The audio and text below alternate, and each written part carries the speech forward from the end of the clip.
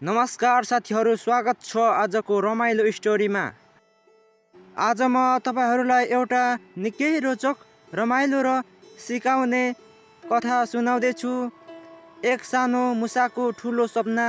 अन्तिमसम्म हेर्नुहोस्, किनकि यो कथाले तपाईलाई हँसाउँछ पनि, सोच्न बाध्य पनि बनाउँछ।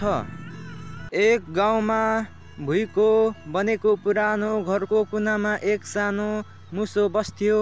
उसको नाम थियो मुसो मनी। मनी सधैँ रमाइलो गर्थ्यो, यताउता दौडिन्थ्यो, खेततिर घुम्थ्यो, मानिसका घरमा लुकेर खाना खोज्थ्यो।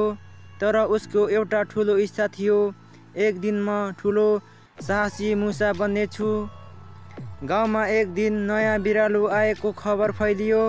सबै मुसाहरू डराए, मनी पनि अलिक डरायो, तर उसको मनमा अझै पनि साहस थियो।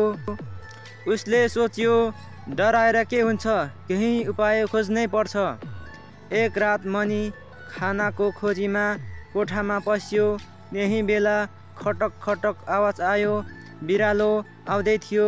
मनीको हृदय ढुक ढुक धड्कियो, तर भाग्ने सट्टा उसले कोठाको कुनामा रहेको सानो प्वाल देख्यो र त्यस प्वालमा लुक्यो। बिरालो छेउमै आएर म्याउ भन्यो। मनी ढुक्क भएर त्यहीँ बस्यो र सोचे, बुद्धिले पनि जितिन्छ, बलले मात्र होइन। अर्को दिन मनी आफ्नो साथी मुसाहरूलाई भेला गर्यो। उसले भने, खाना सुरक्षित राखौँ र गाउँमा नयाँ बाटो बनाऊ। सबै मुसाहरूले उसको योजना सुने।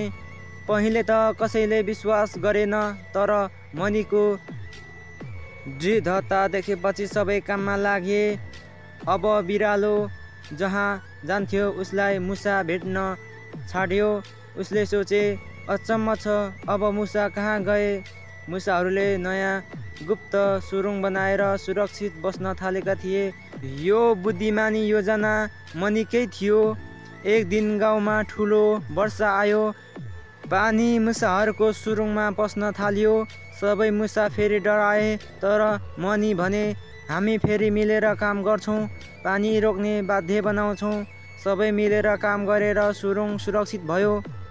मुसाहरूले मनीलाई भेला गरेर भने, तिमी साँच्चै नेता हौ, तिमीले हामीलाई डराएनौ, बचायौ, हामीलाई बुद्धि र साहस दुवै सिकायौ। मनी गर्वले मुस्कुरायो र भन्यो, साहसी त्यो होइन जो डराउँदैन, साहसी त्यो हो जो डराएर पनि अघि बढ्छ।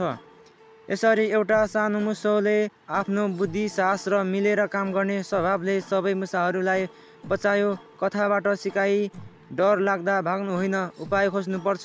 मिलेर काम गर्दा ठुलो समस्या पनि सजिलै समाधान हुन सक्छ। सानो भए केही हुँदैन, बुद्धि ठुलो हुनुपर्छ। साथीहरू, आजको मुसाहरूको कथा कस्तो लाग्यो? राम्रो लाग्यो भने लाइक, कमेन्ट र सब्सक्राइब गर्न नबिर्सिनुहोस्। अर्को रमाइलो कथा फेरि लिएर आउनेछु। त्यतिन्जेलको लागि बिदा हुन चाहन्छु। हस्त, नमस्ते, धन्यवाद।